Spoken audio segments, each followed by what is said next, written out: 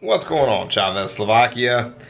It is your boy Chavez here. So today we're here for a different type of video. Top 10 scary Las Vegas urban legends. And being a Las Vegas local myself, I am very interested in this video. Hopefully it's some urban legends I've never heard of. I'm gonna do some research, probably in between the video. No, I'll wait till after the video to look some of these things up if I don't recognize them, to see if they talk about some places that I actually know of. And let's do it, man. I'm your host, Rebecca Felgate, and today I'm talking all about the top 10 scary Las Vegas urban legends. Las Vegas urban Las Vegas legends.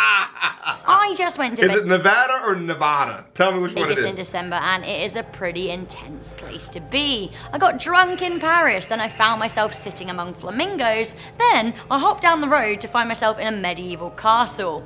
Only in Vegas. Have you guys ever been to Las Vegas? Let me know in the comment section down below. And also, while you're there, why don't you give this video a thumbs up and share it with a friend? Also, if you guys want to connect with me on social media, my link is in the description box. Alright, Vegas, what we got? Coming in at number 10, we have the ghosts of Bally's Casino and the MGM fire. What is now Bally's Las Vegas used to be the MGM Grand when fire tore through the building in November 1980. Now, the incident today is the second worst disaster in Nevada history and the third worst hotel fire in modern US history. I was about to say, there was a mass shooting here, which definitely takes the cake. And then we had a dude drive a trolley through a window.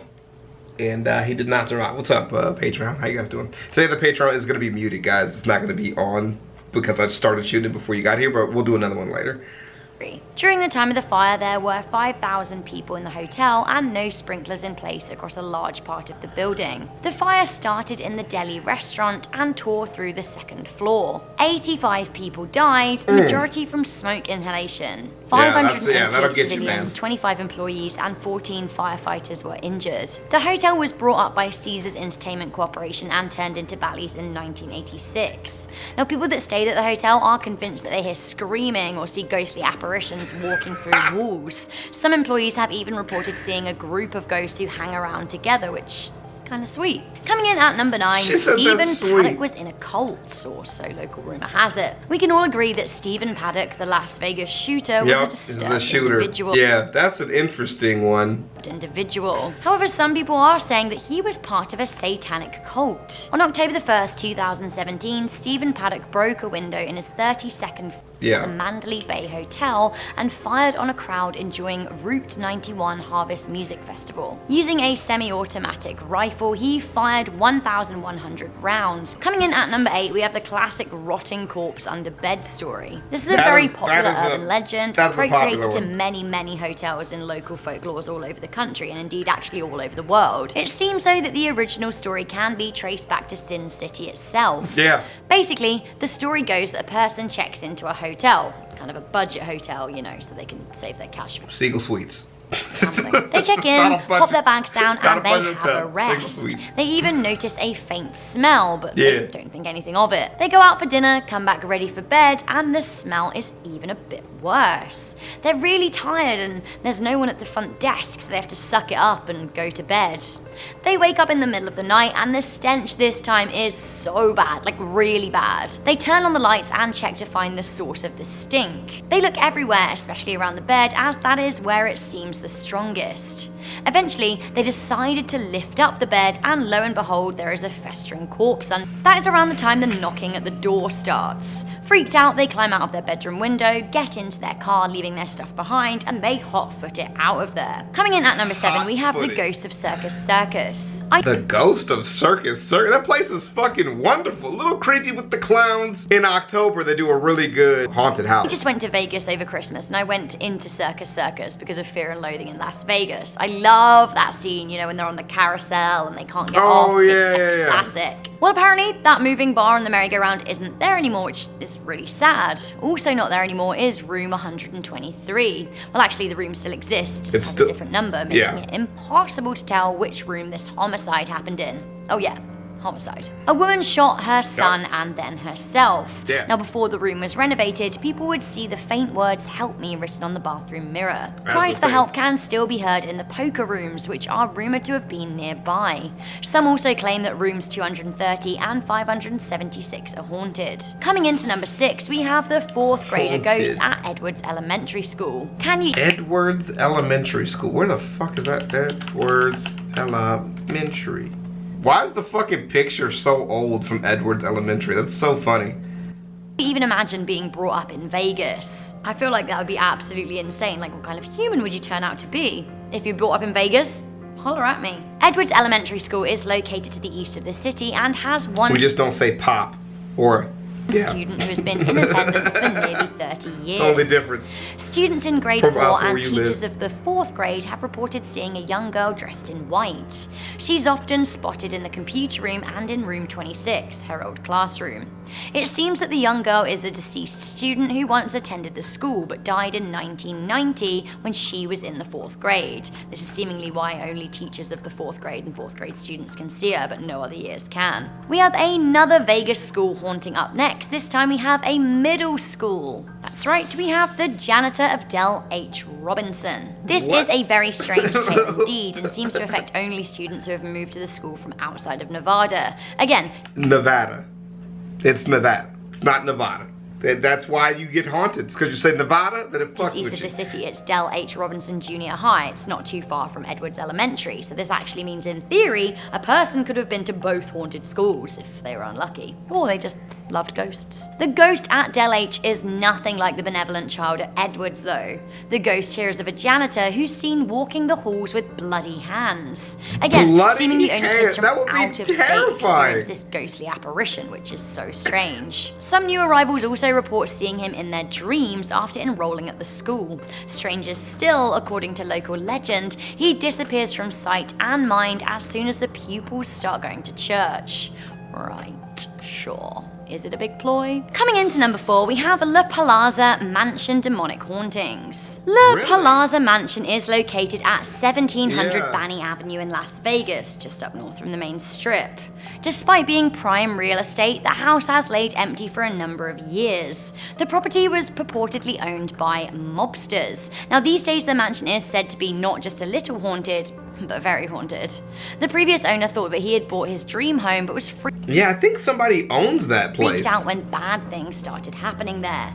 In the end, he decided to challenge the poltergeist, demanding it leave. Now, things didn't go well. The man was then nearly choked to death as an invisible entity grabbed him by the neck. His friends managed to pull him away. Now, it seems the mobster former tenants had some unfinished business left in the house. The house was featured on Ghost Adventures in 2010. Right, yeah, I was about to say, I think I've seen that shit before. Also, I found a website where members of the public can leave comments, and a number of people living in the area said that they visited the house either as a potential buyer or just a trespasser who'd heard the urban legends. Now, all agree that the house felt very, very odd and very cold despite the 100-degree weather outside. Coming in at number 3, could UFOs be... That's just like a thing you can say in Vegas at any point in time, because it was 100 degrees outside. That's a very natural statement for here. That's like, you could have just... They could have visited that place in winter, and then it'd be like, well, it was 100 degrees outside and cold. You're like, yeah, I believe that. Give me 100 in winter here. That's a thing. Hopping on over from Area 51 to the outskirts of Vegas, find out more at number 3. So Joshua Warren, a paranormal investigator, claims that there is a time warp outside of Las Vegas. I mean, we have Area 51. Warren said that the warp occurs between here. the I-15 and Route 93. He measured this with a differential time rate meter, a device used by UFO experts that detects bends in the time-space continuum. Sure. That's basically bends in the laws of physics that we know our Earth usually observes.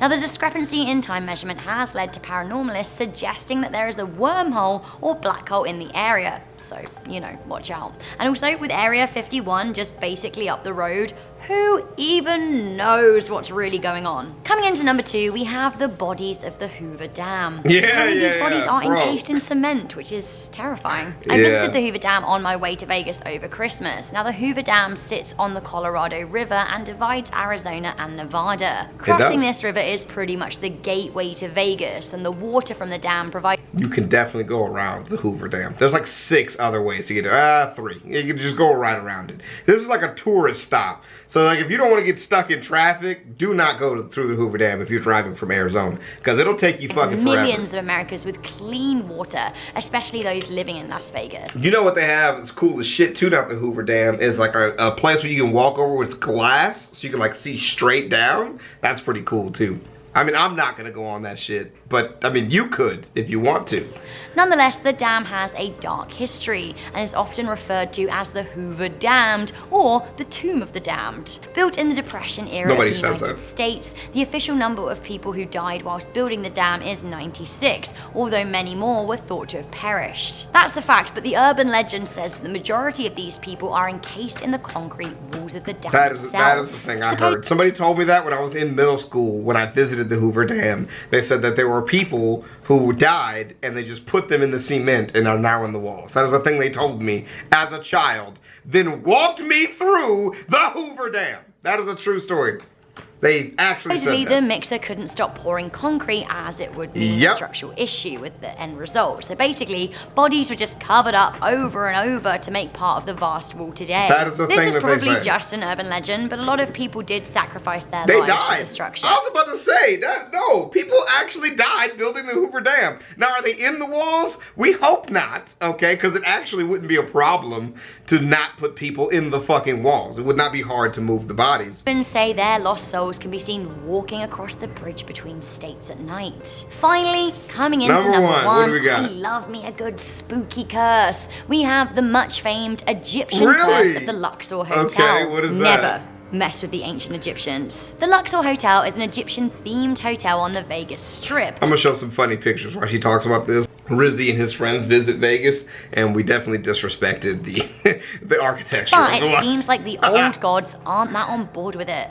The Luxor has had a very consistently high death rate over the years since it opened in 1993, as well as a string of misfortune that's followed. Some say 7 people died whilst building the vast hotel, and some of them were seen in boats on the replica River Nile that meandered through the lobby. Wow, that's pretty good. It's recently been filled in. In 1996, a woman jumped from the 26th floor of the building and now is said to haunt that floor. Oh my. Now another man died when he drunkenly fell from the 10th floor into the lobby. So like the way that it's built, because she's talking about them jumping and it doesn't make sense because this is like a flat face here with no balconies. The balconies in the Luxor are on the inside, so you see how it's like built in like an angle, and then at the top you have like a balcony. You know what I mean? It goes all the way down on that. Their balconies come out, so like yeah, you can jump into the lobby if you jump off of your balcony. That's the thing you can do. And bomb went off in the park. Don't. I'm just saying. Parking garage in 2007, killing an employee. Wow. In 2010, a UNLV football player dropped dead following a fight. That's right. In 2012, a casino employee was murdered by her boyfriend in the lobby. Again, 2012 was a bad year for the hotel's rep, as 3 guests caught Legionnaire's disease, with further cases reported in 2017. One of the guests even died as a result. All in all, it is rumored that this hotel is cursed. Wow, that is crazy. I actually really enjoyed this video. This was like a lot of fun. Besides the Las Vegas shooter one, nobody ever talked about it being in a cult. And we don't even want to start that, obviously, because it was such a tragedy here. I still remember the day after, like I was up super late. And so when it happened, I remember my DMs were just flooded with people asking if I was okay, if me and Skitten were on the strip at the time. And you know, I released a video telling people that me and her were safe. We do know people that were on the strip, you know what I mean, at the time.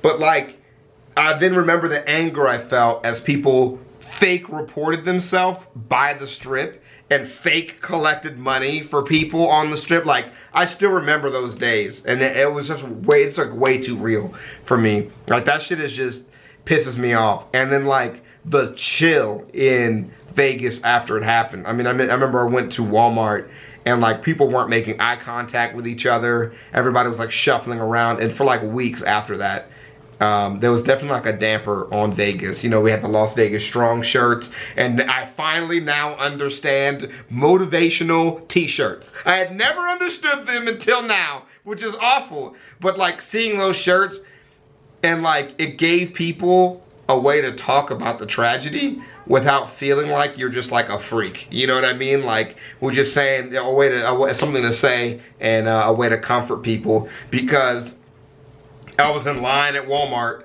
and the lady checked out and she said, hey, be safe out there. And the lady said, yeah, my cousin was there. You know what I mean? It's just like, meeting somebody that knew somebody that was there is way too close for me. I have people I knew that had family members that were there, and that's just way too close to a tragedy like that for my taste. And now in California, I know some people in California live right down the street from the shooting in California. You know what I mean? And so I don't want to, I'm glad the rumor hasn't caught on, I guess is all I was trying to say, that he was in some kind of satanic cult or something like that. Because this is a real problem that we need a solution to. It's not like one of those things like global warming where we can forget about it for like 100 years before the earth explodes. Bruja, it's a joke. You know what I mean? I'm just joking. I'm just saying though. It's not like that. This is like people are being shot that we know. Shootings are happening in places that are close to our families. So we need a real solution to this. We can't meme ourselves out of that one. Anywho's, and it was a good video. I talked about the shooting for way longer than I thought I was going to because I really enjoyed it. I love the urban legends in Vegas videos. I love, tourist places in Vegas. I love videos like that. So thank you for the suggestion. This is by my friend Alucard. I know, I'm sorry, we're waiting for your other videos. I have to do them with skitting. Thank you guys for tuning in with the skitting vids. We fucking enjoy shooting. We have so much fun shooting those. And we'll holler at you guys later, man. Crocs. Crocs. Crocs. Crocs. Crocs. Crocs. Crocs. Crocs. Crocs. I'm rocking Crocs. I'm rocking Crocs. I'm rocking Crocs. Wearing Crocs, boy. I'm rocking Crocs. I'm rocking Crocs. I'm rocking Crocs. Wearing Crocs, boy. My Crocs are gold. My pops is old. My Crocs got soul. My Crocs are bold. I go to church wearing Crocs. I'm always turned wearing Crocs. My Crocs are great. Your Crocs are lame. With my Crocs, I can cross a lake. Crocs, Crocs, Crocs, Crocs, Crocs, Crocs, Crocs, Crocs, Crocs, Crocs, Crocs, Crocs.